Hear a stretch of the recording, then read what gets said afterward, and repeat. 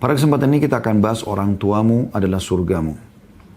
Teman-teman sekalian, dalam pembukaan ini saya akan titik beratkan setelah Allah Subhanahu wa Ta'ala, kalau bukan karena orang tua kita, maka kita tidak akan pernah ada di muka bumi ini. Dan Allah lah yang memilih mereka menjadi orang tua kita. Kita nggak bisa punya pilihan. Lahir, begitu kita buka mata kita, atau mulai kita bisa melihat lah, karena biasanya dikatakan bayi awal lahir masih belum bisa melihat. Beberapa hari setelah dia bisa melihat, maka dia hanya tahu ini ayahnya dan ini ibunya. Dan kita akan dinisbatkan pada sang ayah selamanya sampai hari kiamat. Mau dia kafir, mau dia muslim, mau dia itu fasik, orang jahat jauh dari agama, atau dia orang soleh. Begitu juga dengan ibu kita. Seburuk apapun keadaan mereka, Allah telah memilih mereka menjadi ibu kita. Apa maknanya apa yang saya ingin sampaikan ini? Bahwasanya Allah Subhanahu wa Ta'ala yang memilih mereka, bukan kita. Maka kita tidak punya hak sebagai makhluk untuk menolak pemberian Allah Subhanahu wa Ta'ala. Tidak boleh kita menyesal menjadi anak seorang ayah atau seorang ibu hanya karena mereka cacat secara fisik, hanya karena mereka tidak punya jenjang pendidikan yang tinggi, hanya karena mereka miskin, hanya karena mereka kafir, hanya karena mereka fasik. Semua itu tidak boleh ada sama sekali. Bukan hanya ucapan saya ini untuk siswa dan siswa yang hadir dari Al-Wildan di sini, tetapi bahasa saya ini untuk semua kita, termasuk yang mengikuti di medsos, termasuk para orang tua wali pun, atau orang tua ataupun wali daripada siswa-siswa ataupun guru-guru, sama halnya. Orang tua kita adalah pilihan Tuhan Allah Subhanahu wa Ta'ala, dan Allah telah menggantungkan surga serta ketaatan kepadanya pada kedua orang tua tersebut. Baik mereka muslim atau mereka kafir. Baik mereka soleh atau mereka fasik. Kalau ada orang tua yang membengkalikan anaknya, contoh misal, tentu ini jarang terjadi, tapi pernah terjadi. Ya, bahkan kita mungkin biasa dengar ini beritanya. Kalau ada orang tua yang membuang anaknya, ya, di pinggir jalan, dia serahkan kepada orang. Ada na'udzubillah orang yang transaksi jual beli anaknya, misal. Ya. Apakah pertanyaannya, gugur bakti anak tersebut setelah dia dewasa dan dia tahu siapa orang tua yang sebenarnya? Jawabannya tidak. Perbuatan buruk orang tua, dia berdosa dengan Tuhannya. Kenapa dia bengkalikan hak anaknya? Tetapi, ya, kewajiban anak untuk bakti pada orang tuanya tidak akan pernah gugur selamanya. Dan Allah menjadikan pilihannya tadi sebagai ayah dan ibu kita ini adalah orang-orang yang menjadi penyebab, ya, atau kita jadikan sebagai tanda kutip kendaraan kita untuk mendekatkan diri kepada Allah Subhanahu wa Ta'ala. Perhatikan dalam surah Isra, surah nomor 17 ayat 23 sampai 24. Kita buka sama-sama Al-Quran ini, kita tadabburi ayatnya, bagaimana Allah menitik beratkan, ya, bahwasanya kedua orang tua itu ada hubungannya. Kalau kita bakti dengan mereka, ya, kita bisa meraih surga, kita bisa meraih ridho Allah Subhanahu wa Ta'ala. Dan Allah lah yang membuat mereka menjadi orang tua kita, dan akhirnya kita juga, ya, dihubungkan bentuk ketaatan kita kepada salah satunya, ya, yaitu dengan berbakti kepada keduanya. Al-Isra surah nomor 17 ayat 23 dan 24 saya akan bacakan. A'udzubillahi minasyaitonir rajim. Wa qadha rabbuka alla ta'budu illa iyyahu wa bil walidaini ihsana. Imma yablughanna 'indakal kibara ahaduhuma aw kilahuma fala taqul lahumu uffin wa la tanharhuma wa qul lahumu qawlan karima. Ayat demi ayat perhatikan terjemahannya. Dan Tuhanmu telah memerintahkan kepada seluruh orang beriman. Yang mengimani Al-Quran tahu ini. Allah berfirman kepada setiap orang di antara kita. Tuhanmu telah memerintahkan supaya kamu jangan menyembah selain Dia. Nggak ada Tuhan selain Allah. Nggak usah repot-repot, ya, cari Tuhan lagi. Udah, la ilaha illallah. Tidak Tuhan yang berhak disembah kecuali Allah, maka tunduk dan patuh kepada Allah dengan cara mengikuti Rasul yang telah diutus. Ya, kalau di zaman kita sekarang Muhammad SAW, dan mengikuti kitab yang diturunkan yaitu Al-Quran, kitab yang suci yang memandu kita kepada perkenalan siapa Tuhan kita, dan juga mengetahui apa yang Allah perintahkan dan apa yang larang, apa yang Allah larang, apa yang Allah halalkan dan apa yang Allah haramkan. Dan hendaklah selanjutnya setelah tidak berbuat syirik, patuh kepada Allah, hanya nyembah kepada Allah. Perhatikan, ya, ini asas daripada kita diciptakan di muka bumi ini, ya. Dalam surah Az-Zariyat surah nomor 51 ayat 56 Allah mengatakan, A'udzubillahi minasyaitonir rajim. Wa ma khalaqtul jinna wal insa illa liya'budun. Al-ayah. Aku tidak ciptakan manusia dan ini kecuali untuk beribadah kepadaku. Jadi ini asasnya sebenarnya. Ini potongan awal ayat surah Isra. Menjelaskan tentang Tuhanmu telah memerintahkan supaya kamu jangan menyembah selain Dia. Nah itu tujuan kita diciptakan. Lalu setelah itu apa? Allah nggak langsung hubungkan dengan ibadah-ibadah yang lain. Tapi Allah hubungkan dengan hendaklah kamu berbuat baik pada ibu bapakmu dengan sebaik-baiknya. Terjemahan lainnya, sesempurnanya, semaksimal mungkin. Semua kosakata yang semakna dengan ini masuk dalam makna ini. Sebaik-baiknya. Masuk dalamnya, biar mereka buruk kau tetap baik. Biar mereka jahat kau tetap baik. Biar mereka kurangi hakmu tetap kau balas dengan hak yang baik. Sempurna. Sebaik-baiknya. Dahulukan mereka dari dirimu. Itu maknanya semua. Lalu Allah bilang apa? Salah satu gambaran tentang perbuatan baik anak. Jika salah seorang di antara keduanya atau kedua-duanya sampai berumur lanjut dalam pemeliharaanmu. Ya. Jangankan mereka masih muda dan kuat yang sibuk membiayai kita. Si ayah cari nafkah, si ibu sibuk mengaturkan pakaian, masakannya, mengatur anak ini dengan baik di rumah supaya makanannya sehat, minumannya sehat, tidurnya nyenyak. Ya, kalau sakit dia sembuh, pilihkan sekolah yang terbaik. Ya. Semuanya orang tua lakukan yang terbaik. Itu aja sudah luar biasa harus kita balas kebaikan orang tua kita. Ya. Tapi Allah berikan gambaran sini bukan di masa muda mereka. Di masa tua mereka. Tahu teman-teman sekalian apa yang dimaksud di sini masa tua? Apa yang maksud tujuannya apa? Orang kalau sudah tua, apalagi kalau sudah pikun ya. Dikatakan sini, bila salah satu di antara keduanya atau kedua-duanya sampai berumur lanjut. Makna berumur lanjut ini pikun. Ya. Atau berumur yang sudah tidak produktif lagi. Sudah tidak bisa bekerja. Sudah sulit bergerak. Ada yang stroke. Ya. Ada yang sudah pikun, sudah lupa. Nggak tahu nama anaknya bahkan. Begitupun keadaan mereka sudah tidak bisa bantu lagi kamu. Nggak bisa lagi berikan kamu pakaian. Nggak bisa lagi berikan kamu ide. Nggak bisa lagi selamatkan kamu dari mara bahaya. Maka Allah mengatakan, jangan sekali-kali kamu mengatakan pada keduanya kalimat ah. Ah ibu ini, ah ayah ini. Sudah tua, biasanya orang tua itu rewel. Ya. Dalam kondisi mereka rewel, tidak produktif lagi, nggak bisa lagi membantu kita apa-apa. Murni betul-betul 100% hidupnya kita yang harus urus. Tidak boleh ucapkan kalimat ah. Apalagi di saat mereka produktif, yang memang mereka masih terus melindungi kita. Ya, tolong anak-anak yang ikuti acara ini, perhatikan baik-baik. Ingat, renungi dalam keseharian. Setiap kali mau makan, ibu siapin masakan yang terbaik. Ya. Pakaian disetrika dengan bersih. Masuk kamar mandi, sabun, sampo sudah ada, handuk sudah disiapin. Semua keluh kesah didengarkan oleh mereka. Kadang-kadang kesibukannya ditinggalkan hanya karena mendengarkan keluhan Anda, keluhanmu wahai Ananda. Begitu juga dengan pada saat sakit, dia berusaha untuk menyembuhkan. Ayah sibuk transaksi sana, transaksi sini, lamar kerja sana, lamar kerja sini, ditipu orang, utang belum dibayar, diteriknya matahari, turunnya hujan. Semua itu hanya untuk membiayai hidupmu, supaya bisa membayar sekolah, bisa membuat kamu makan dalam seharian sehingga tidak kelaparan, bisa ada naungan yang cukup, kendaraan yang cukup. Nilai setiap perbuatan baik orang tua itu. Makanya tidak bisa dibayar jasa orang tua.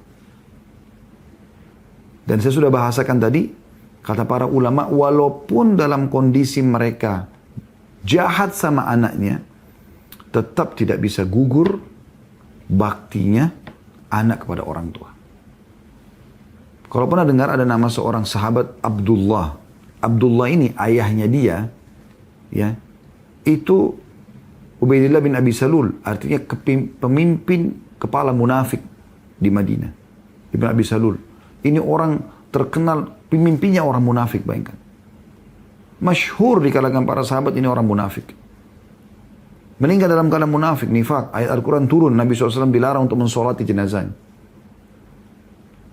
Munafik. Jelas-jelas pura-pura Islam, benci dengan Islam. Memerangi Nabi SAW, memerangi kaum muslimin. Dia yang memprovokasi orang-orang munafik yang sefaham dengan dia 300 orang. Ya, pada saat sudah tiba di lokasi perang Uhud untuk kembali ke kota Madinah agar semangat umat Islam berjihad turun walaupun dia tidak berhasil. Dia menyebarkan tentang isu kalau istri Nabi SAW yang suci, yang mulia, Ummul Mukminin Aisyah radhiyallahu anha berzina dengan Safwan. Ya. Dia yang mengatakan kalau kita balik ke Madinah kita akan mengeluarkan orang-orang yang hina dari kota Madinah. Ya. Pada saat pulang dari perang Bani Mustalik. Ya. Maka Allah turunkan dalam surah Al-Munafiqun menggambarkan lisannya yang jahat itu. Dan sekian banyak kesalahannya. Tapi apa yang terjadi? Abdullah anaknya sangat faham bahwasanya perbuatan kejahatan ayahnya ini tidak menggunakan wajib bakti dia.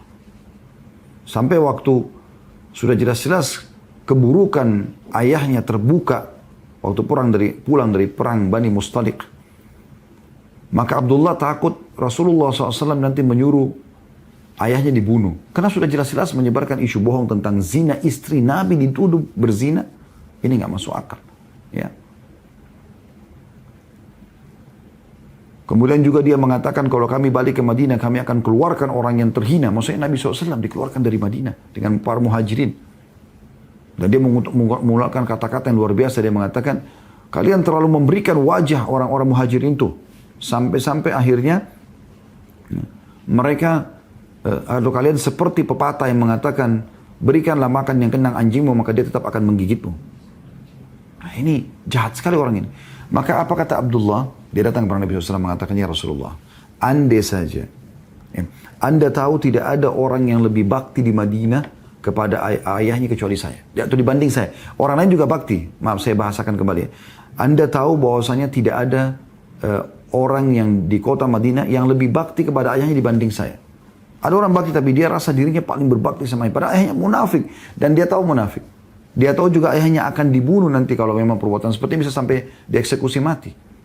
Dia mengatakan, ya Rasulullah, andai saja Anda ingin membunuh ya, ayah saya, dia dihukum mati, biarkan saya membunuhnya. Biarkan saya membunuhnya. Saya tahu ini perbuatan berat, tapi biar saya melakukan sebagai bentuk keimanan saya. Dan juga, saya tidak mau nanti kalau Anda suruh orang lain, lalu dia bunuh ayah saya, kemudian saya lihat orang itu di pinggir jalan nanti, lagi berjalan, maka saya tendam, saya bunuh orang itu. Lebih baik saya yang bunuh ayah saya. Maka Nabi SAW mendiamkan pada saat itu. Lalu Abdullah pergi ke depan pasukan, menghenuskan pedangnya di pinggir jalan sambil pegang pedangnya. Ini tanda orang kalau sedang menunggu musuh gitu. Orang-orang semua melihat ada apa dengan Abdullah ini. Orang semua lewat, dibiarkan sampai dia. Sampai tiba ayahnya di bagian belakang pasukan. Lalu dia letakkan pedang di leher ayahnya. Dia mengatakan, demi Allah, ya, saya tidak akan turunkan pedang ini dari leher Anda sampai Rasulullah SAW mengizinkannya. Ayahnya mengingatkan lagi, bukankah kau bakti sama ayah? Bukan. Dia bilang, iya. Tapi Anda sudah melakukan kesalahan. Dan saya melihat Rasulullah SAW kemungkinan akan menghukum mati Anda dengan perbuatan isu bohong ini gitu. Ya.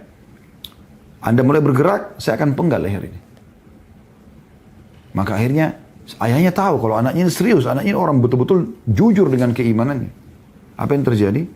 Dia pun akhirnya ya, mengutus seseorang ke Nabi SAW, ayahnya ini menyampaikan apa yang terjadi. Maka Nabi SAW mengatakan sampaikan kepada Abdullah agar membiarkan ayahnya, baru dilepaskan. Ya. Begitu luar biasanya orang munafik aja masih dibakti. Gitu kan. Gak boleh bilang ini sekaligus juga saya ya, tunggangin ya apa yang saya jelasin ini untuk kepada setiap orang tua. Jangan membiarkan anak Anda atau ada peluang buat anak Anda untuk mengucapkan kalimat ini.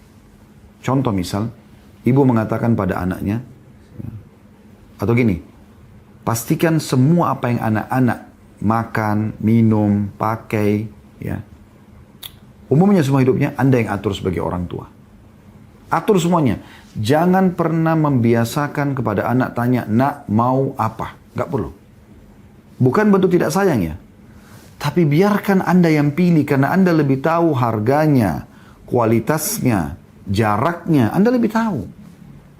Kenapa harus tanya anak mau pakai baju apa? Mau minum apa? Mau makan apa? biarkan Anda yang pilih buat dia. Dan biasakan anak-anak seperti itu.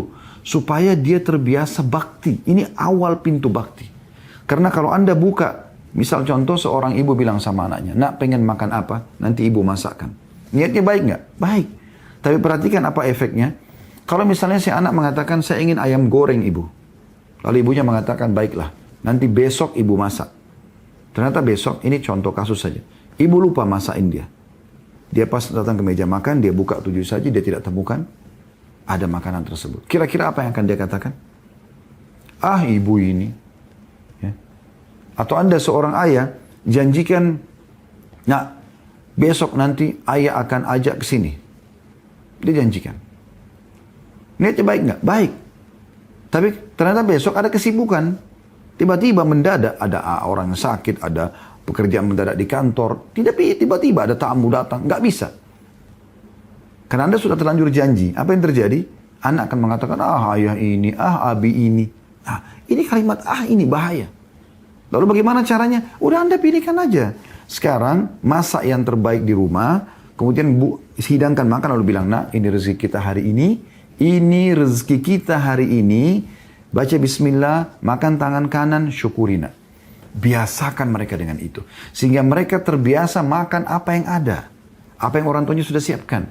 Mereka terbiasa pakai apa yang sudah disiapkan pakaian. Bukan pilihan mereka. Karena sekali mereka lihat tontonan, mereka akan akhirnya terbiasa ngikutin hawa nafsunya. Ingin melakukan yang mungkin belum tentu dia tahu itu buruk atau tidak. Anda lebih tahu. Termasuk memilih lembaga pendidikan. Bukan pilihan anak. Bagaimana bisa seorang ayah umur 35 tahun, seorang ibu 30 tahun, membawa anaknya yang 7 tahun baru mau masuk SD, lalu memberikan penawaran, nak mau pilih sekolah yang mana? Yang A atau yang B? Setelah dia membawa anaknya melihat sekolah tersebut. Bagaimana bisa? Anak itu tidak tahu kurikulum, tidak tahu biaya, tidak tahu jarak. Anda sebagai orang tua yang tentukan, nak ini sekolahnya, nanti besok ayah akan antar, minggu depan ayah akan antar, ibu akan antar. Begitu. Selesai. Biarkan mereka datang dan mereka tahu orang tua sudah pilihkan. Ini efeknya besar. Coba renungi baik-baik. Orang tua yang sukses adalah orang tua yang selalu anaknya, ini bukan masalah manja dengan orang tuanya, tapi orang tua membentuknya menjadi seperti yang orang tua mau. Ya. Orang tua yang sukses adalah seorang ibu misalnya, kalau dia jalan anak perempuannya di sebelahnya persis seperti dia. Mencontoh ibunya, menciplak ibunya, cara jalannya, cara pakaiannya. Ada pernah Anda lihat nggak seorang ibu duduk, di sebelahnya pakai hijab syar'i, Masya Allah. Di sebelahnya anak gadisnya persis seperti ibunya. Ibu yang duduk bagaimana dia begitu. Ibunya ngomong bagaimana dia ikutin. Ini sukses ibu ini. Seorang ayah, anak laki-lakinya persis seperti dia. Membanggakan ayahnya. Semua apa ayahnya lakukan selalu ayahnya. Ini yang benar. Ini sangat baik. Ya. Dengan ini juga Anda akan termotivasi untuk supaya hati-hati. Anda akhirnya hati-hati sekali dalam masalah ya, berpenampilan, bertutur kata. Karena anak akan contohin. Dia akan contohin. Saya pernah sholat di rumah, sholat sunnah. Teman-teman sekalian. Saya sholat sunnah, kebetulan tenggorokan saya memang lagi nggak enak gitu. Lagi sholat, saya hanya batuk. Gitu ya. Kedehem sebentar. Anak saya umur 3 tahun lagi ikut sholat dengan saya. Dia lihat ayahnya sholat, dia ikut juga. Aku mau sholat sama abati. Terus dia sholat tiba-tiba. Walaupun belum wudhu, nggak masalah. Saya biarkan di sebelah saya sholat. Tapi saya batuk teman-teman sekalian. Dia juga ikut batuk. Dia pikir itu bagian daripada sholat gitu. Setelah salam baru saya jelaskan. Tapi lihat bagaimana mereka menciplak kita. Itu luar biasa gitu. Ya. Sayangnya, banyak orang-orang yang buruk, yang fasiknya sukses di poin ini. Dia mau anaknya jadi ya, ahli maksiat. Berhasil dia. Wow, tepuk tangan bangga pada saat menjadi ahli maksiat tampil di medsos anak-anaknya. Kenapa ini tidak terjadi pada orang-orang soleh dan solehah? Kita kembali kepada ayat tadi. Mohon maaf cukup panjang saya jelaskan karena ini poin penting ya. Yang penting dalam pengajian seperti ini pemahamannya. Sehingga hal seperti ini bisa langsung meresap dalam hati dan diterapkan dalam kehidupan. Aplikasinya yang penting. Setelah Allah mengatakan, dan janganlah kamu mengatakan kepada keduanya kalimat ah. Dan jangan kamu membentak mereka. Ah lebih ringan daripada bentak. Kalau ah saja nggak bisa berarti bentak nggak bisa. Tapi Allah ulangin di sini penekanan. Jangan bentak. Ibu kan kemarin sudah saya belikan. Ayah kan sudah saya belikan. Ibu ayah ini kan tidak ngerti. Kan mainannya kemarin rusak. Nah ini tidak boleh. Sama sekali. Dan kata Allah, ucapkan kepada mereka perkataan yang mulia. Qaulan karima. Ucapkan kalimat mulia artinya bisa bermakna kalau mereka kasar kamu lembut. Intonasi mereka besar kamu kecilin. Sampai Uthman bin Affan, radhiyallahu anhu terkenal sangat bakti dengan ibunya. Itu kalau ibunya lagi bicara dia nggak berani lihat mukanya, nggak berani lihat mata ibunya. Saking hormatnya karena dia tahu bagaimana Allah ya menitik beratkan ketaatan setelah menyembah Allah kepada bakti kepada kedua orang tua. Nanti kita dengarkan juga banyak hadisnya untuk berhubungan dengan masalah itu. Lalu di ayat 23-nya apa kata Allah? Wakhfid lahuma janahadz-dzulli minar rahmati wa qul rabbirhamhuma kama rabbayani shaghira. Dan rendahkan dirimu terhadap mereka berdua. Dahulukan mereka. Biar kamu sudah profesor. Bukan cuma tamat SD, SMP, SMA, S1, S2, S3. Sudah profesor di atasnya. Jenjang pendidikan tertinggi pun. Orang tuamu SD aja nggak tamat. Tetap rendahkan dirimu di depan mereka berdua. Ya. Walaupun kamu lebih gagah, lebih cantik, lebih tinggi fisiknya, lebih putih, lebih kaya secara ekonomi, lebih segala dari orang tua, rendahkan dirimu di depan keduanya. Selalu, ya. Kalau ada yang mengatakan, oh dipuji cantik ya kamu, anak perempuan mengatakan, enggak, ibu saya lebih cantik, Masya Allah. Oh kamu gagah ya, ayah saya lebih gagah. Kamu pintar ya, ayah orang tua saya lebih pintar. Kalau bukan karena orang tua saya tidak begini. Selalu dia merendah untuk orang tuanya. Apapun amal yang dia kerjakan, dia sedekah, dia niat untuk dirinya sama orang tuanya. Selalu orang tua. Karena dia tahu Allah menggantungkan ketaatan pada Allah pada kedua orang tuanya itu. Dan bukan pilihan dia. Kita tidak bisa milih, saya mau ayah ini, saya mau ibu itu, nggak bisa. Lalu kata Allah, setelah rendahkan dirimu pada keduanya, ya, kata Allah, rendahkan dirimu terhadap mereka berdua dengan penuh kesayangan atau kasih sayang. Ya. Penuh sayang, cinta, mereka marah, mereka melotot, kau tetap peluk, cium, merendah. Penuh kasih sayang. Tambah lagi ucapkan, wahai Tuhanku, kasihanilah mereka berdua sebagaimana mereka berdua telah mendidik aku di waktu kecil. Ya. Ini luar biasa ini, Allah SWT gambarkan. Selanjutnya kita lihat, ya, ayat yang lain dalam surah Luqman, surah nomor 31. Anda bisa lihat di ayat 14 dan 15. Bisa dibuka ya. Surah Luqman, surah nomor 31, ayat 14 dan ayat 15. Bunyinya, A'udzu billahi minasyaitonir rajim. وَوَصَّيْنَا الْإِنسَانَ بِوَالِدَيْهِ حَمَلَتْهُ أُمُّهُ وَهْنًا عَلَى وَهْنٍ وَفِصَالُهُ فِي عَامَيْنِ أَنِ اشْكُرْ لِي وَلِوَالِدَيْكَ إِلَيَّ الْمَصِيرُ. Dan kami perintahkan, kata Allah, wajibkan kepada manusia berbuat baik kepada kedua ibu bapaknya. Ya. Berbuat baik. Ibunya telah mengandungnya dalam keadaan lemah dan bertambah lemah. Maksudnya, ya, bulan pertama, bulan kedua, sampai bulan ke-9 tuh lemah. Makin berat gitu kan. Dan menyapinya, menyusuinya dalam 2 tahun. Ini yang idealnya. Walaupun boleh menyusui di bawah dari 2 tahun ya. Kata Allah, bersyukurlah kepadaku. Maksudnya apa? Atas keberadaanmu di muka bumi ini. Kamu lahir, ya, dan aku pilihkan kedua orang tuamu ini, syukuri kepadaku. Dan juga kepada kedua ibu bapakmu. Cukup kamu lahir saja sudah kamu harus berterima kasih pada mereka. Dan hanya kepadakulah kembalimu. Lalu ayat 15-nya. Ini menjawab kalau seandainya ada orang tuanya kafir. Apakah tetap harus berbakti? Allah jawab dalam ayat 15-nya.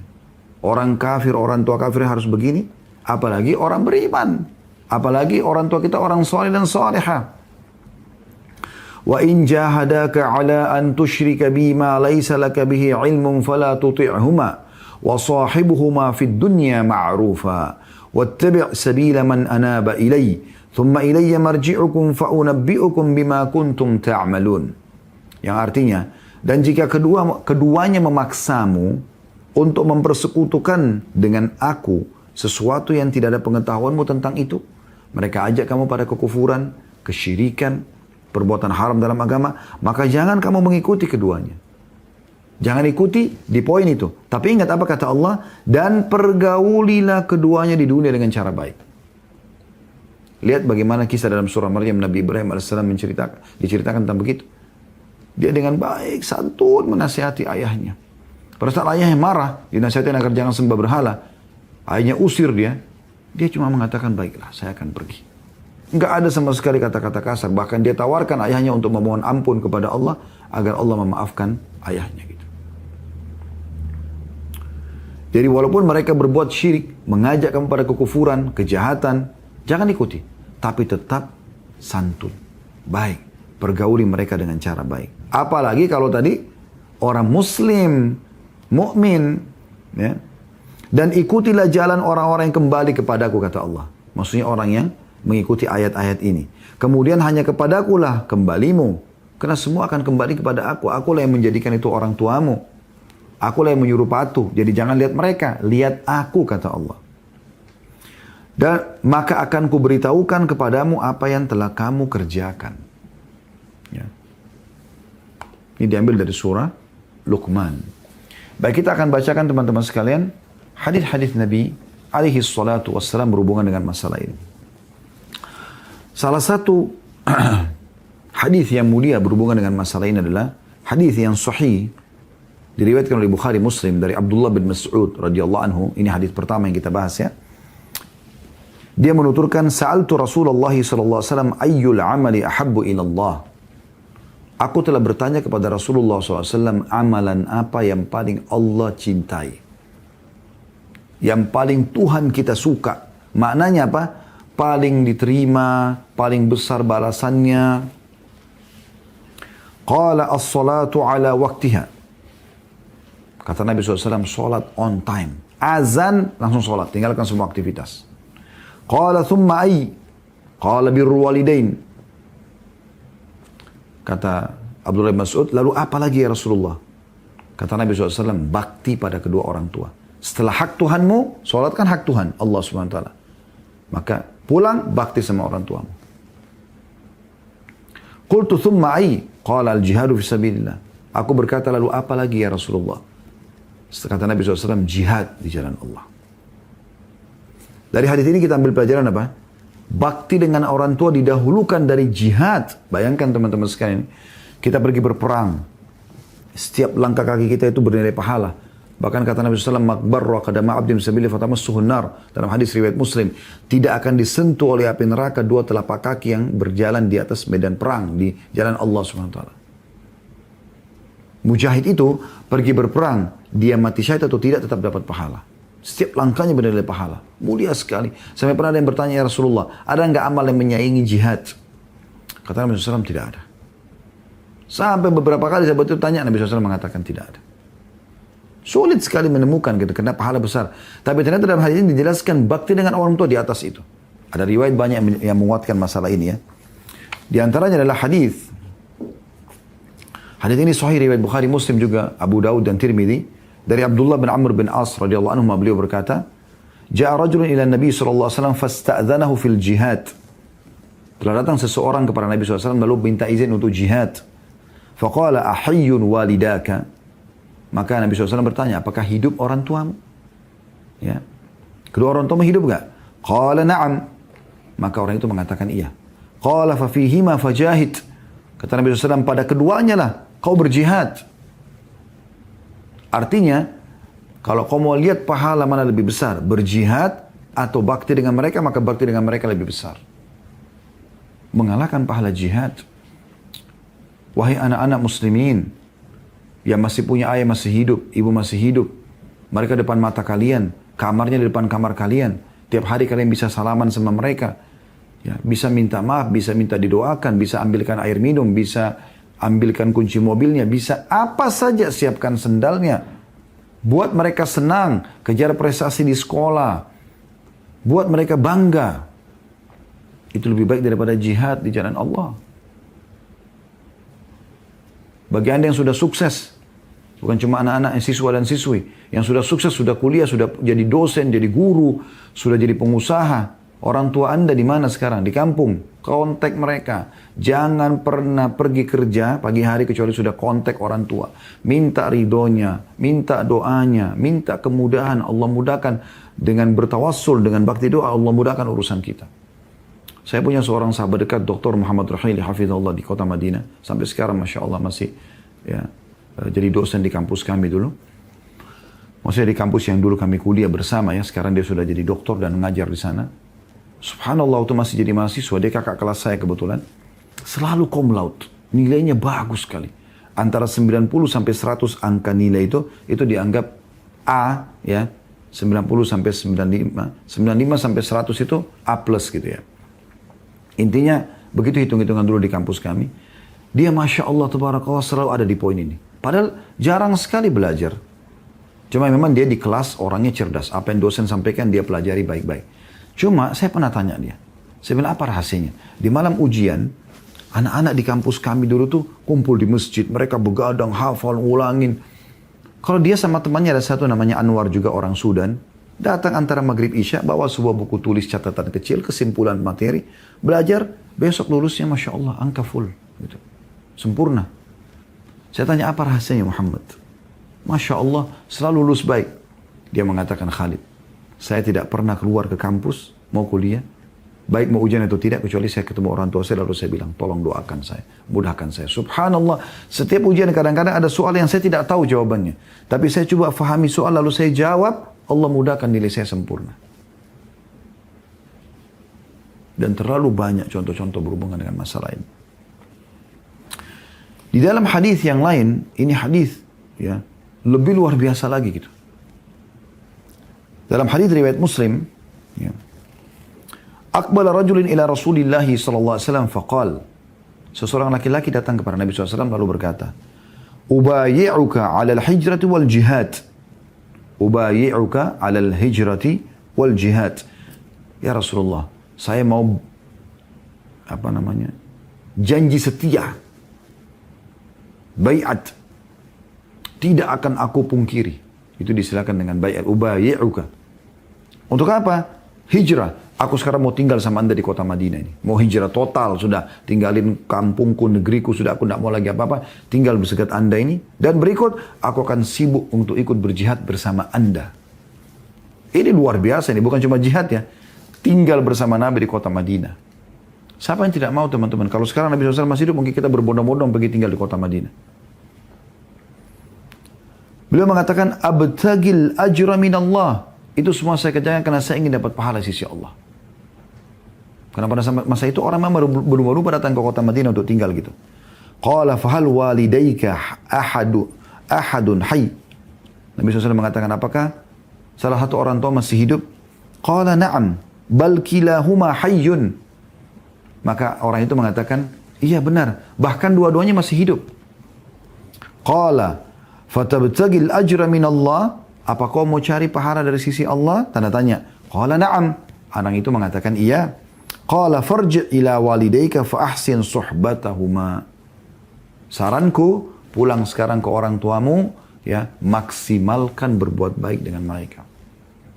Jadi seakan-akan dalam makna hadis ini, itu lebih baik, ya, daripada kau hijrah bersamaku sekarang ke kota Madinah, kemudian kau ikut berjihad. Hanya dengan melayani orang tua, patuh sama mereka. Setiap kali ada pilihan apapun, terserah ayah, terserah abi, terserah umi, terserah ibu. Semua kembalikan ke mereka, biarkan mereka yang putuskan. Di dalam hadis yang lain, Abdullah bin Amr radhiyallahu anhu menuturkan, Ja'a rajul ila Rasulillah SAW faqal ji'tu ubayi'uka 'ala al-hijra wa taraktu abawayya yabkiyan. Dia mengatakan kepada Nabi SAW, anak muda ini, aku datang kepada anda untuk membayar anda, ambil janji setia. Untuk hijrah, mau tinggal di kota Madinah bersama anda, jadi tetangga anda, sholat bersama anda, berpuasa dengan anda, berperang bersama anda. Pokoknya semua saya ikut anda ya Rasulullah. Niat apa yang lebih mulia daripada ini teman-teman, kalau kita tangkap secara zahir ya. Tapi anak muda ini mengatakan apa? Ini menguatkan riwayat sebelum yang kami sampaikan tadi. Dan aku meninggalkan kedua orang tuaku menangis. Jadi ada kemungkinan tadi, riwayat yang sebelumnya kita sampaikan itu, kedua orang tua mereka memang tidak ridho. Karena memang ulama mengatakan kalau ada anak-anak yang mau pergi nuntut ilmu, keluar negeri, bekerja, orang tuanya ridho nggak ada masalah. Nggak ada masalah. Tapi kalau orang tuanya tidak ridho, ini jadi masalah ini. Jadi di sini bukan berarti, oh kalau ada Rasulullah SAW masih hidup, kita nggak usah hijrah bersama beliau, kita tinggal di Indonesia saja. Tidak. Kita boleh hijrah. Dan itu ibadah yang sangat besar. Ya, menjadi sahabat Nabi SAW. Tapi buat orang tua kita ridho. Mereka mau menerima itu. Di sini dikatakan kedua orang tua menangis. Faqala irji' ilaihima fa'adhikhuma kama abkaitahuma. Kata Nabi SAW, pulang sekarang ke mereka berdua. Buat mereka tertawa sebagaimana kau telah membuat mereka berdua menangis. Ini luar biasa ini. Dalam riwayat yang lain, ini semua hadis yang sahih, tadi itu riwayat Abu Daud ya. Riwayat ini riwayat Abu Daud juga disahihkan oleh Syekh Albani dari Abu Sa'id Al-Khudri radhiyallahu anhu, beliau mengatakan anna rajulan min ahli al-Yamani hajara ila Rasulillah sallallahu alaihi wasallam faqala lah. Ada seorang laki-laki dari penduduk Yaman hijrah ya ke kota Madinah, ingin ikut dengan Nabi SAW. Lalu Nabi berkata padanya, hallaka ahadun bil Yaman? Apakah ada seseorang yang kau tinggalkan di Yaman? Qala abawayya. Dia mengatakan kedua orang tuaku, ibu ayahku. Qala adzina lak. Adzina lak. Apakah keduanya mengizinkanmu? Qala la. Maka dia mengatakan tidak. Qala farji' ilaihima fasta'dhinhuma fa in adzina laka fajahid wa illa fabirrahuma. Kata Nabi SAW, pulang ke Yaman. Waktu itu teman-teman, jarak dari kota Madinah ke Yaman ini bukan main-main ini. Jauh sekali, berminggu-minggu. Orang masih menggunakan kuda, unta, ya. Tidak ada transportasi kayak kita sekarang, naik pesawat 1 jam, 2 jam selesai. Enggak. Atau naik kendaraan darat, tapi mobil dengan kecepatan tinggi bisa. Ini enggak. Ya. Nabi SAW suruh pulang ke Yaman. Minta izin kepada keduanya. Kalau mereka keduanya mengizinkan kamu, maka silakan ikut berjihad. Kalau tidak, fokus bakti pada mereka. Ini riwayat yang selanjutnya ini Abu Sa'id ini menguatkan semua apa yang kita sampaikan tadi. Artinya, sebelum pergi berjihad, izin dulu sama orang tua. Sebelum hijrah, izin sama orang tua. Kalau pergi berjihad dan hijrah bersama Nabi SAW butuh izin orang tua, apalagi kalau hanya sekedar mau keluar kota, ya, pilih perusahaan kerja, pilih kampus sekolah atau kampus. Tapi jauh lebih kecil. Harus dengan ridho kedua orang tua. Bukan semua kita. Bahkan kalau perlu jurusannya kita jelasin. Orang tua saya Ustaz tidak berpendidikan, jelaskan. Bu, ayah, ada pilihan saya mau masuk kuliah nih. Ada jurusan ini, ada jurusan ini, ada jurusan ini. Kira-kira yang mana saya pilih? Jelaskan baik-baik masing-masing kelebihannya. Apa yang mereka bilang, ikutin.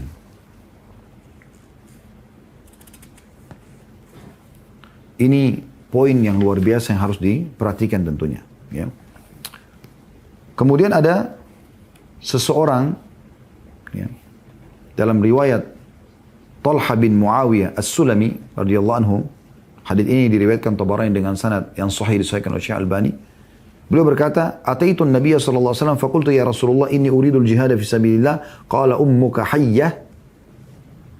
Dia mengatakan aku minta izin kepada Nabi SAW untuk ikut berjihad bersama beliau. Ya, jihad itu berarti dekat sekali dengan surga ya, karena begitu ditusuk mati masuk surga gitu. Ya, asal dia ikhlas. Maka Nabi SAW tanya pertama, ibu masih hidup nggak? Qultu na'am, saya mengatakan ya. Qala Nabi SAW, ilzam rijlaha fathammal jannah. Selalu ada dekat kakinya, karena di situ kau bisa dapatkan surga. Ya. Di dalam riwayat yang lain, riwayat At-Tabarani juga dengan sanad hasan, redaksi lain, ataitun Nabiya SAW astashiruhu fil jihad. Aku datang kepada Nabi SAW untuk bermusyawarah dengan beliau, ya, dalam masalah jihad. Tapi ini kasusnya berbeda ya. Sahabat Nabi yang lain, kalau tadi Talha bin Muawiyah As-Sulami, kalau ini adalah Muawiyah, ya, Jahimah, ya, radhiyallahu anhu. Jahidah ini mengatakan, aku datang kepada Nabi SAW, ya, untuk memberikan atau bermusyawarah, minta pendapat tentang jihad. Faqala Nabi SAW, alaka walidan, apakah ada ibu ayahmu masih hidup, kedua orang tuamu? Qultu na'am, saya mengatakan iya. Qala ilzamhuma, berada selalu di dekat keduanya, fa innal jannata tahta arjulihima, Karena surga ada dekat kaki keduanya. Maksudnya dengan berbakti pada keduanya. Bukan di kakinya ya. Tapi dengan selalu, di mana kaki kedua orang tuamu, di situ kamu selalu ada, bakti sama mereka, sudah cukup membawamu ke dalam surga. Selanjutnya teman-teman sekalian, ya, beberapa hadis yang tersisa kita akan coba bahas ya, dalam bakti kepada orang tua. Saking pentingnya bakti sama orang tua ini, sampai kalau ada seorang anak yang menikah, kemudian orang tuanya tidak suka dengan istrinya, kalau anak laki-laki ya, tidak suka sama istrinya. Lalu kemudian disuruh ceraikan, maka dia ceraikan. Ya. Karena memang ini penting sekali. Di saat memang orang tua kita tentunya menyuruh bercerai, ya, karena memang kefasikan si wanita tadi. Beranjak daripada dalil Abu Darda radhiyallahu anhu, dan ini hadis yang sahih diriwayatkan Ibnu Majah dan Tirmidzi. Anna rajulan atahu faqal inna li imra'atun atau inna li imra'atan. Bahwasanya seseorang datang kepadanya, kepada Abu Darda lalu berkata, sesungguhnya aku memiliki istri, wa inna ummi ta'muruni bi talaqiha, dan ibuku memerintahkan aku menceraikan. Faqala sami'tu Rasulullah SAW yaqul al-walidu awsatu abwabil jannah, fa in syi'ta fa'adhi' dhalikal bab aw ihfadh. Maka Abu Darda mengatakan, aku mendengarkan Rasulullah SAW bersabda, orang tua itu adalah pintu pertengahannya surga. Kalau kau mau, sia-siakan. Kalau kau mau, jagalah. Kalau kau mau, jaga. Kalau kau mau, sia-siakan. Dalam riwayat lain, anna rajulan, diriwayatkan Ibnu Hibban dengan sanad sahih, anna rajulan ata Abu Darda faqal. Maksudnya seseorang laki-laki datang menghadap Abu Darda lalu berkata, inna abi lam yazal bi hatta zawwajani. Kalau tadi kan riwayat tentang ibunya menyuruh menceraikan istrinya. Kalau ini sekarang ayahnya. Tapi sama sahabat Abu Darda yang menyampaikan. Seseorang datang kepada Abu Darda lalu berkata, sesungguhnya ayahku terus bersamaku sampai dia menikahkanku. Jadi luar biasa ayahnya, sampai urus anaknya dari kecil sampai dia nikahkan. Wa innahul ana ya'muruni bi talaqiha, dan sekarang dia perintahkan saya menceraikan istriku. Qala ma ana billadhi amuruka an ta'ukka walidaik. Kata Abu Darda radhiyallahu anhu, aku tidak akan menyuruh kau untuk durhaka sama orang tuamu. Wala billadhi amuruka an tutalliq imra'atak. Tapi aku juga tidak bisa menyuruh kau ceraikan istrimu. Takut ada dosa di situ ya. Ghaira annaka in syi'ta haddathtuka bima sami'tu min Rasulillah sallallahu alaihi wasallam. Sami'tuhu yaqul. Tapi aku ingin menyampaikan kepadamu apa yang aku dengar langsung dari Nabi SAW. Mungkin ini bisa jadi jawaban buat kamu. Dan aku dengar langsung beliau berkata, bersabda, al-walidu awsatu abwabil jannah. Kedua orang tua itu adalah pertengahan pintu surga. Fahafidh ala dhalikal bab. Maka jaga baik-baik pintu itu. In syi'ta au, kalau kau mau, awda', atau kau sia-siakan. Qala fa ahsibu ata', qal fatallaqaha. Lalu kemudian ya, dikatakan oleh perawi hadis ini, saya mengira Ata ini muridnya Abdullah bin Umar, muridnya ya sahabat-sahabat termasuk Abu Darda yang meriwayatkan hadis ini mengatakan, ya, yang dinukil hadis ini dari dia, yang saya tahu adalah laki-laki itu lalu menceraikan istrinya. Ya. Ada juga hadis yang mirip ini dengan sanad hasan diriwayatkan oleh Abu Dawud, Tirmidzi, An-Nasa'i, Ibnu Majah, Ibnu Hibban. Ya.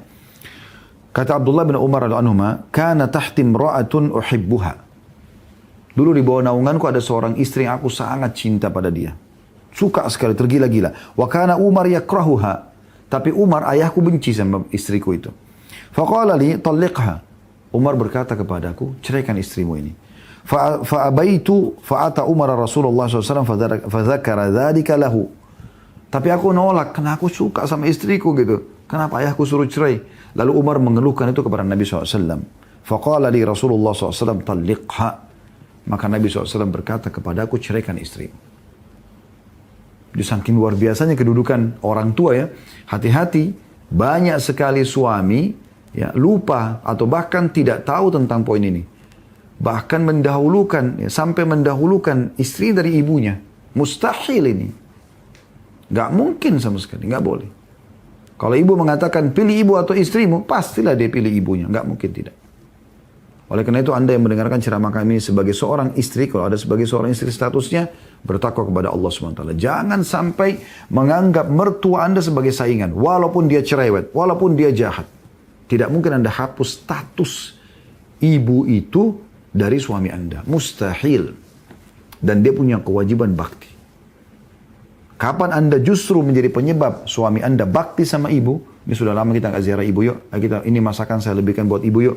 Ayo gini-gini. Walaupun ibunya mau salaman, nggak kasih, marah-marah, ngambek, suka, tersinggung, nggak masalah. Sabar. Karena Anda menikah sama anaknya. Itu ada pahalanya sendiri. Maka insya Allah, Allah akan kasih juga Anda anak yang berbakti sama Anda. Tapi kalau Anda menjadi penyebab suami Anda durhaka pada ibunya, pastikan Anda juga akan diberikan anak yang durhaka sama Anda. Itu sudah sunnatullah. Begitu juga teman-teman sekalian, yang menjadi adanya penyebab berkah dalam rezeki, luasnya rezeki, berkahnya umur, itu bakti dengan orang tua. Sesuai dengan hadis yang sahih riwayatkan Imam Ahmad atau Hasan hadis ini, jadi Hasan riwayatnya dari Anas bin Malik radhiyallahu anhu yang menuturkan Rasulullah SAW bersabda, "Man sarra an yumadda lahu fi umrihi, siapa yang ingin dipanjangkan umurnya, maksudnya keberkahan umur ya." Karena kalau sudah tentukan 70 tahun dia meninggal, dan sudah 70 tahun tidak berubah takdir Allah. Kata Ibnu Taimiyah rahimahullah, berarti keberkahan umurnya, gitu kan. Kalau ada orang 70 tahun suka bakti dengan 70 tahun tidak suka bakti, maka beda. Kita lihat yang 70 tahun suka bakti ini lebih sehat, lebih banyak amal soleh yang berhasil dia kerjakan, Allah berikan taufiknya. Siapa yang ingin dipanjangkan umurnya, wa yuzada fi rizkihi, dan dilipat gandakan atau dilimpahkan rezekinya, falyabar walidayhi, harusnya dia berbakti pada kedua orang tuanya. Wal yasir rahimah. Dan dia lanjutkan hubungan silaturahim. Nah biasanya orang membaca riwayat, bukan riwayat ini. Mereka cuma melanjutkan, membaca riwayat yang berbunyi, maka dia harus melanjutkan silaturahim. Hadits itu pun kalau dibaca, maka silaturahim yang paling puncak adalah kepada kedua orang tua. Tapi dalam hadits ini lebih dirincikan. Falyabarra walidayhi, maka sebaiknya atau seharusnya dia berbakti sama orang tuanya, wal yasir rahimah, baru dia lanjut hubungan silaturahim. Juga dalam hadis Nabi SAW menyampaikan ragama anfum bri'in, sungguh terhina, thumma ragama anfuhu, thumma ragama anfuhu. Saya ulangi dulu. Ragima anfuhu, thumma ragima anfuhu, thumma ragima anfuhu. Sungguh terhina. Sungguh terhina. Sebenarnya setelah terlihat itu hidung tertempel dengan tanah. Itu ragima anf, terhina. Qila ya man ya Rasulullah. Karena 3 kali Nabi sebut begitu, sahabat bertanya, ya Rasulullah, siapa yang Anda maksudkan? Qala man adraka walidayhi 'indal kibari ahaduhuma aw kilahuma thumma lam yadkhulil jannah. Seseorang yang mendapatkan kedua orang tuanya atau salah satunya dalam keadaan tua tapi tidak berhasil membawanya masuk ke dalam surga. Ini celaka orang ini. Hadis ini riwayat Imam Muslim. Ya. Dalam riwayat lain dari hadis Jabir dan Samurah, dua-dua sahabat Nabi radhiyallahu anhu, beliau mengatakan, "Sa'idan Nabi sallallahu alaihi wasallam mimbar." Satu hari Nabi SAW pernah naik di atas mimbar, faqala, lalu berkata, "Amin, amin, amin." 3 kali Nabi SAW aminkan. Qala atani Jibril alaihi salam faqala ya Muhammad. Ya. Saya ucapkan tadi amin karena telah datang kepada saya Jibril AS dan mengatakan, wahai Muhammad, man adraka ahada abawaihi famata fadakhala an-nar fa'abadahu Allah faqul amin. Jibril mengatakan, wahai Muhammad, siapapun yang mendapatkan kedua orang tuanya lalu dia mati, dan dia masuk neraka karena durhaka pada orang tuanya, maka semoga Allah jauhkan dari rahmatnya. Tidak diselamatkan, tidak dikeluarkan lagi dari neraka. Karena kan nanti ada orang masuk neraka, masih bisa dikeluarkan dari neraka dengan rahmat Allah. Kata Jibril AS, semoga Allah tidak berikan dia rahmat. Bilang amin. Ada orang tua tapi tidak mau bakti, sampai dia mati, maka kata Nabi SAW, amin. Fakultu amin. Saya katakan amin. Faqala ya Muhammad. Lalu Jibril mengatakan lagi, wahai Muhammad, man adraka syahr Ramadhan famata, falam yughfar lahu, faudkhilan nara, fa'abadahu Allah. Kul amin, fakultu amin. Hai Muhammad, siapapun yang mendapatkan bulan Ramadan, kemudian dia mati, dan dia belum diampuni dosanya, lalu masuk neraka, semoga dia dijauhkan dari rahmat Allah. Sudah Ramadan, tapi tidak mau juga ibadah, ini aneh ini. Sibuk dengan maksiat di Ramadan, maka semoga dia dijauhkan dari rahmat Allah. Katakan amin. Kata Nabi SAW, amin. Qala wa man dzukirta indahu falam yusalli alayka famad fadakhala an-nar fa'abadahu Allah. Qul amin faqultu amin. Dan yang terakhir yang ketiga adalah karena amin 3 kali tadi, ya, siapa yang mendengarkan kau disebutkan di sisi di depannya, misalnya orang bilang Muhammad, Nabi Muhammad, Rasulullah, ya, Muhammad sallallahu alaihi wasallam, kita harus mengatakan sallallahu alaihi wasallam. Siapa yang mendengarkan namamu disebutkan lalu tidak salam kepadamu, kemudian dia mati lalu dia masuk neraka, semoga Allah tidak selamatkan, tidak dikasih rahmat. Bilang amin, maka dikatakan amin. Ini menandakan kita wajib untuk mengucapkan, untuk membaca salawat kepada Nabi sallallahu alaihi wasallam. Ini luar biasa. Ya. Dan cukup banyak hadis-hadis yang berhubungan dengan masalah seperti ini. Yang berhubungan dengan masalah akan masuk neraka, akan dihukum dan segala macam karena orang durhaka pada kedua orang tua. Ya.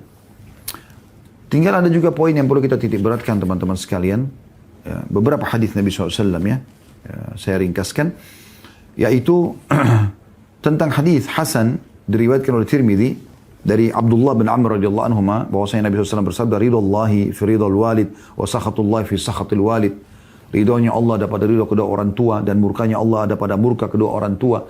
Artinya kalau kita buat orang tua kita senyum, senang, gembira, puas, ya, terlayani, maka Allah pun akan memberikan kepada kita balasan yang sempurna. Tapi kalau kita buat mereka cemberut, marah, murka, ya, emosi, maka berarti murka Allah juga ada pada kita. Nah, ini bahaya sekali. Dalam riwayat yang lain, riwayat Tabarani dengan sanad hasan juga, kata Nabi SAW, ta'atullahi ta'atul walid. Ketaatan kepada Allah dinilai daripada ketaatan kepada kedua orang tua. Wa maksiyatullahi maksiatul walid. Dan kemaksiatan kepada Allah dinilai dari kemaksiatan seseorang pada kedua orang tuanya. Ya. Kemudian juga ada poin yang perlu digarisbawahi tentang masalah bakti sama orang tua. Kalau dalam masalah pelayanan, dahulukan ibu. Pelayanan ya. Kayak misalnya ibu mengatakan, nak tolong ambilin saya air. Ya. Kemudian ayah juga mengatakan, nak tolong ambilin saya air. Siapa yang kita dahulukan? Ibu. Pelayanan. Ibu minta tolong antar saya ke sini. Ayah mengatakan tolong antar saya ke sini. Kita dahulukan ibu. Pelayanan. Tapi penisbatan nama pada ayah. Walaupun ibu yang mengandung, pemilik sperma adalah ayah. Tidak boleh dinisbatkan pada ibu. Kemudian yang kedua, ya, izin pernikahan atau pernikahan anak perempuan ini kepada ayah. Umumnya juga izin keluar rumah segala macam. Ini ibu dan ayah, tapi ayah diprioritaskan. Ya. Jadi jangan juga Anda fahami hadis yang berbunyi pada saat ada seorang sahabat mengatakan, ya, dan ini hadis riwayat Abu Burda radhiyallahu anhu dengan sanad hasan. Beliau berkata, qadimtul Madinah fa'atani Abdullah bin Umar fayaqul, ya. Mohon maaf, bukan hadis ini ya, ini hadis lain, nanti kita tutup dengan ini. Ada hadis ya, yang berbunyi, ya. Hadis Abu Hurairah dengan sanad yang sahih diriwayatkan oleh Bukhari Muslim. Ja'a rajulun ila Rasulillah SAW faqala ya Rasulullah mana haqqun nasi bi husni sahabati. Seseorang datang kepada Nabi SAW lalu mengatakan, ya Rasulullah, siapa orang yang paling layak saya layani dahulu? Siapa yang saya dahulukan? Ya. Qala ummuka, maka dikatakan ibumu. Qala thumma man, lalu berkata orang itu, siapa lagi? Qala ummuka, maka Nabi SAW mengatakan ibumu. Qala thumma man, lalu dia mengatakan siapa? Lalu orang itu mengatakan qala ummuka, dia mengatakan ibumu. Ya. Qala thumma man, yang keempat kali dia mengatakan lalu siapa? Kata Nabi SAW, thumma qala abuka. Beliau mengatakan adalah ayahmu. Ya. Tapi ini dalam hal pelayanan sebagaimana sudah saya jelaskan tadi. Baik teman-teman sekalian, ada juga poin penting yang harus kita ketahui. Bagaimana kalau seandainya ya, orang tua kita sudah meninggal. Bagaimana caranya kita bakti dengan mereka? Kalau tadi kan kita singgung orang-orang yang tua yang masih hidup, kita sudah berbakti. Kalau sudah meninggal, kayak saya, kedua ibu saya, ayah saya sudah meninggal. Bagaimana saya berbakti dengan mereka? Cukup banyak. Ya.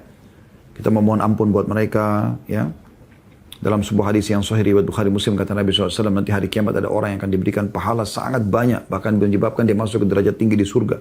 Lalu dia mengatakan, dari mana ini? Ya. Karena dia yakin dia tidak pernah berbuat amal sebanyak itu. Kata para malaikat, ini adalah istighfar anakmu untukmu. Gitu kan? Dan kata Nabi SAW dalam hadis yang masyhur, kalau anak Adam meninggal dunia terputus sumber pahalanya, kalau anak Adam meninggal dunia terputus sumber panen kecuali dari 3. Ya. Ilmu yang bermanfaat, anak atau sedekah jariyah atau ilmu bermanfaat, atau anak soleh yang mendoakannya. Ya. Juga sama haji dan umrah sebagaimana dijelaskan dalam riwayat-riwayat yang sahih. Kalau ada seseorang yang mengatakan, sesungguhnya ibuku sudah meninggal dan kalau dia hidup mungkin dia akan mewasiatkan atau untuk melakukan ibadah haji ataupun umrah. Apakah boleh aku lakukan? Kata Nabi SAW, boleh. Ya. Begitu juga dengan melakukan kebaikan kepada sahabat-sahabatnya dan saudara-saudaranya. Ini penting sekali. Kalau ibu penggantinya saudarinya, di bahasa Arabnya khalah, tante dari ibu. Ya. Sayang kita di Indonesia ini, tante itu istilah untuk semua. Kalau saudarinya ayah, kita bilang tante, saudarinya ibu kita juga bilang tante. Padahal dalam bahasa Arab ada bedanya ya. Kalau saudari ayah, ammatun bahasa Arabnya. Kalau saudari ibu, khalatun. Beda ini. Punya kedudukan. Kalau bakti, ya, pengganti ibu dari kalangan perempuan adalah saudarinya ibu. Kata Nabi SAW, al-khalatu bimanzilatil saudarinya ibu adalah pengganti ibu. Nah, kalau ayah penggantinya adalah saudaranya, biasa orang bilang ammi ya, pamanku. Nah ini paman, kita kan biasa kita samakan paman atau kita panggil om, saudara ayah dan saudara ibu. Yang laki-laki ya. Nah di sini kalau laki-laki kita dahulukan saudara ayah. Makanya Ali bin Abi Thalib radhiyallahu anhu biasa kalau beliau ketemu dengan Abbas, beliau sampai duduk dekat kakinya lalu mengatakan sambil menangis, paman ridholah padaku, maafkan aku sebagai pengganti ayah. Ya. Seperti itu. Nah, juga orang-orang yang dekat dengan mereka, selain saudara-saudaranya juga sahabat-sahabatnya misalnya. Coba renungi riwayat ini ya. Ini kita tutup dengan riwayat-riwayat ini. Bahwasanya hadis yang sahih ini diriwayatkan oleh Imam Muslim ya. Dari Abdullah bin Dinar, ini seorang tabi'in, muridnya Abdullah bin Umar, berkata, dari Abdullah bin Umar, anna rajulan minal Arabi lakiyahu bi tariqi Makkah. Bahwasanya ada seseorang, Abdullah bin Dinar mengatakan ada seorang menemui Abdullah bin Umar pada saat lagi menuju ke Mekah. Fasallama alaihi Abdullah bin Umar. Maka Abdullah bin Umar tiba-tiba salam pada orang tersebut. Ya. Wa hamalahu ala himarin kana yarkabuhu wa atahu imamatan kanat ala ra'si. Tiba-tiba Abdullah bin Umar turun dari keledainya lalu kasih keledainya. Kalau kita sekarang motor atau mobil langsung dikasih ke orang itu. Tidak ada yang kenal orang ini, orang Badui gitu. Dikasih. Dan dia buka imamahnya yang baru dia pakai, dikasih hadiah untuk orang itu. Qala Ibnu Dinar, maka Abdullah bin Dinar berkata, faqultu lahu, saya berkata kepada Abdullah bin Umar, aslahakallahu fa innahumul Arab wa hum yardawna bil yasir. Semoga Allah selalu perbaiki keadaan Anda. Ini murid berkata pada gurunya ya. Mereka adalah orang-orang Badui, orang padang pasir. Mereka terima walaupun dikasih yang lebih sederhana daripada itu. Maksudnya kenapa harus Anda kasih kepada Anda? Anda sekarang tidak ada tunggangan. Imam Anda sekarang kepala Anda tidak tertutup. Anda kasih dia imam. Faqala Abdullah bin Umar, atau memperhatikan ini, jawabannya Abdullah bin Umar, inna aba hadha kana wuddan li Umar bin Khattab. Ketahuilah ayahnya anak ini, karena yang dikasih ini anak muda seumur dengan Abdullah bin Umar gitu. Ayahnya anak ini, ayahnya dia, ya, sahabatnya Umar, sahabatnya ayahku. Wa inni sami'tu Rasulullah SAW yaqul, dan aku telah mendengarkan langsung Nabi SAW berkata, inna abarral birri silatul waladi ahla wuddi abi. Termasuk ya, sebuah pengabdian yang luar biasa, bakti ya, seseorang atau sesungguhnya orang yang paling berbakti adalah anak yang menjalin hubungan baik dengan keluarga teman dekat bapaknya. Ini luar biasa ini. Kemudian dalam riwayat lain ya, dengan sanad hasan, ini diriwayatkan oleh Ibnu Hibban. Dan kita tutup dengan ini insyaallah. Dari Abu Burdah radhiyallahu anhu, ia berkata, qadimtul Madinata fa'atani Abdullah bin Umar yaqul atadri lima ataituk. Kata Abu Burdah radhiyallahu anhu, satu hari aku pernah datang ke Madinah, kemudian aku mendatangi Abdullah bin Umar. Dan aku berkata kepadanya, apakah kau tahu kenapa aku mengunjungimu? Kata Abu Burdah radhiyallahu anhu kepada Abdullah bin Umar radhiyallahu anhu. Qala qultu la. Abdullah bin Umar mengatakan, tidak, saya tidak tahu kenapa kamu datang. Qala sami'tu Rasulullah SAW yaqul, man ahabba an yasila abahu fi qabrihi falyasil ikhwana abihi ba'dah. Bahwasanya aku telah mendengarkan Rasulullah SAW bersabda, siapa yang ingin menyambung tetap silaturahim, ya, tetap mendapatkan pahala bakti pada ayahnya di kuburnya, maka dia berhubungan dengan saudara-saudara ayahnya setelahnya. Wa innahu kana baina abi Umar wa baina abika ikha'un wa wuddun. Sesungguhnya antara ayahku dan antara ayahmu, ya, ada persahabatan. Fa ahbabtu an asila dzalik. Maka aku ingin sekali untuk menyambung itu. Nah, jadi kita bisa berbakti dengan orang tua juga dengan berbakti pada saudara-saudaranya, ya, dan juga sahabat-sahabatnya. Tentu kalau kita mau buka bahas bab ini teman-teman sekalian panjang sekali, termasuk belum kita singgung sama sekali hadis-hadis tentang kedurhakaan kepada orang tua. Ya, tapi kita mendahulukan targhib, motivasi untuk bakti daripada tarhib, ancaman untuk orang yang durhaka. Dan insya Allah dengan apa yang kita sampaikan tadi semoga sudah cukup untuk membuat kita bisa menjalankan bakti kita kepada kedua orang tua kita. Semoga bermanfaat.